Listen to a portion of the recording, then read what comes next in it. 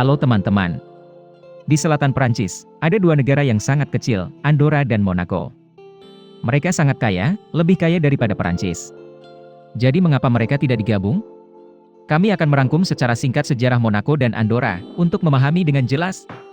Pertama, kita akan pergi ke Andorra, yang terletak di sebelah Prancis dan Spanyol. Memiliki luas sekitar 468 km persegi. Pada abad ke-8, Muslim Moor, dari Afrika Utara, menyerbu semenanjung Ibria. Dan kemudian, lanjutkan untuk memperluas wilayah ke utara. Orang-orang Kristen Spanyol melarikan diri ke pegunungan dan lembah di utara, di kerajaan Frank.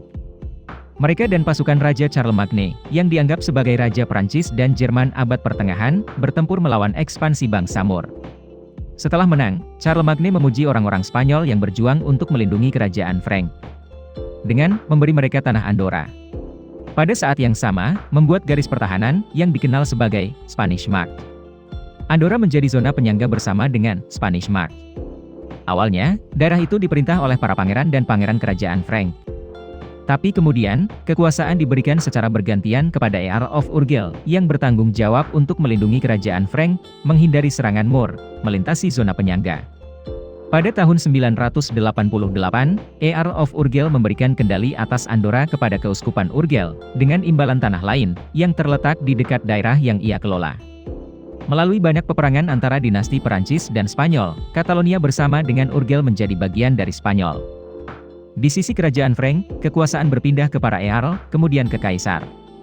Ketika monarki jatuh, Presiden Prancis adalah pewaris kekuasaan Andorra. Saat ini, Andorra memiliki 3 kepala negara, dengan Perdana Menteri memegang kekuasaan eksekutif. Uskup Urgell dan Presiden Prancis memiliki kekuasaan untuk memutuskan masalah keamanan dalam negeri, pertahanan nasional, wilayah dan diplomasi. Selanjutnya kita akan datang ke Monaco, yang terletak di selatan Prancis, dengan luas hanya 2 km persegi.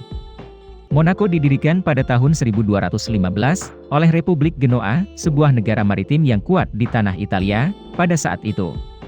Mereka membangun benteng-benteng di Monaco dan menetap di sana, untuk melakukan pertahanan, serta melindungi kapal-kapal yang melewati laut. Pada tahun 1297, Republik Genoa berada dalam kekacauan dan banyak faksi terbentuk. House Grimaldi, salah satu klan utama, menguasai Monaco. Mereka membentuk aliansi abadi dengan Prancis, dan diakui sebagai negara merdeka oleh Raja Charles VIII pada tahun 1489. Pada tahun 1523, penguasa Monaco dibunuh oleh seorang negarawan, dengan dukungan Raja Prancis. Sebagai pembalasan, mereka telah bersekutu dengan Spanyol selama lebih dari 1 abad. Pada 1612, penguasa Monaco Honore II diberi gelar pangeran. Benteng itu direnovasi dan diubah menjadi istana. Pada 1641, mereka kembali ke aliansi dengan Prancis, karena Spanyol mengirim pasukan untuk menduduki dan membutuhkan logistik, meninggalkan kerajaan dalam kesulitan keuangan. Pada tahun 1793, terjadi perang saudara di Prancis. Kekuatan revolusioner menggulingkan monarki. Keluarga Pangeran Monaco ditangkap dan harta benda mereka disita.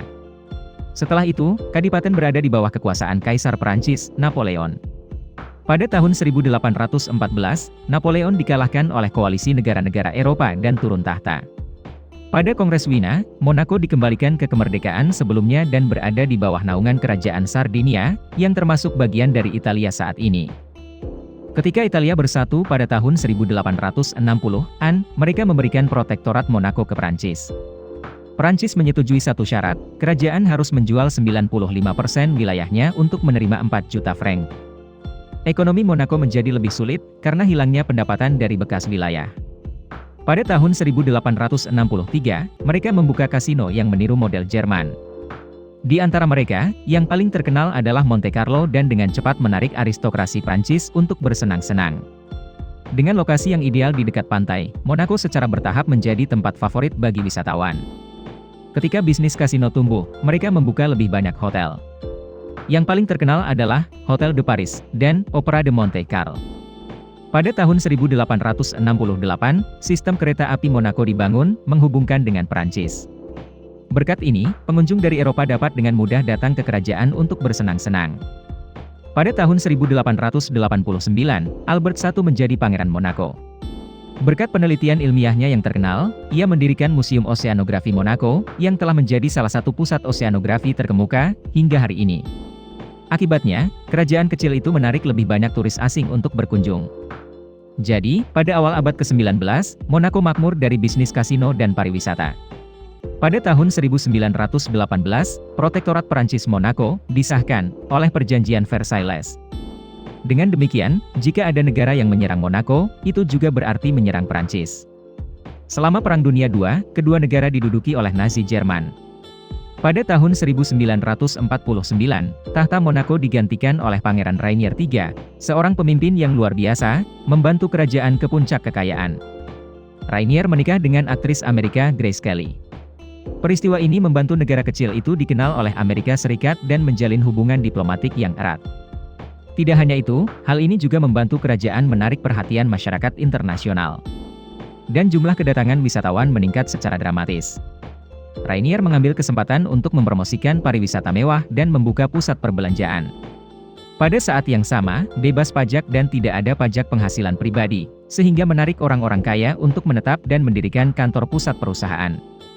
Akibatnya, perbankan dan jasa keuangan berkembang pesat, membawa kemakmuran bagi Monaco. Pangeran Rainier juga melakukan reklamasi tanah, merambah laut, membantu meningkatkan luas wilayah kerajaan sebesar 25%. Dia juga memutuskan untuk menetapkan status kerajaan di komunitas internasional. Pada tahun 1993, Monaco menjadi anggota ke-183 Perserikatan Bangsa-Bangsa, dengan hak suara penuh. Pada tahun 2004, mereka adalah anggota Dewan Eropa. Sejak 1995, Monaco telah menjadi negara terkaya di dunia. Dalam hal PDB per kapita, sekitar 32% dari populasi, setara dengan 13.000 orang adalah jutawan dolar, sekitar lebih dari 3.000 orang adalah miliarder dolar. Tingkat kekayaan kadipaten sering diibaratkan oleh orang Eropa, tidak dapat dihitung sepenuhnya. Video berakhir di sini. Terima kasih semua untuk menonton dan menyukainya. Jika menurut Anda videonya bermanfaat, beri kami suka dan berlangganan saluran untuk mendukung kami.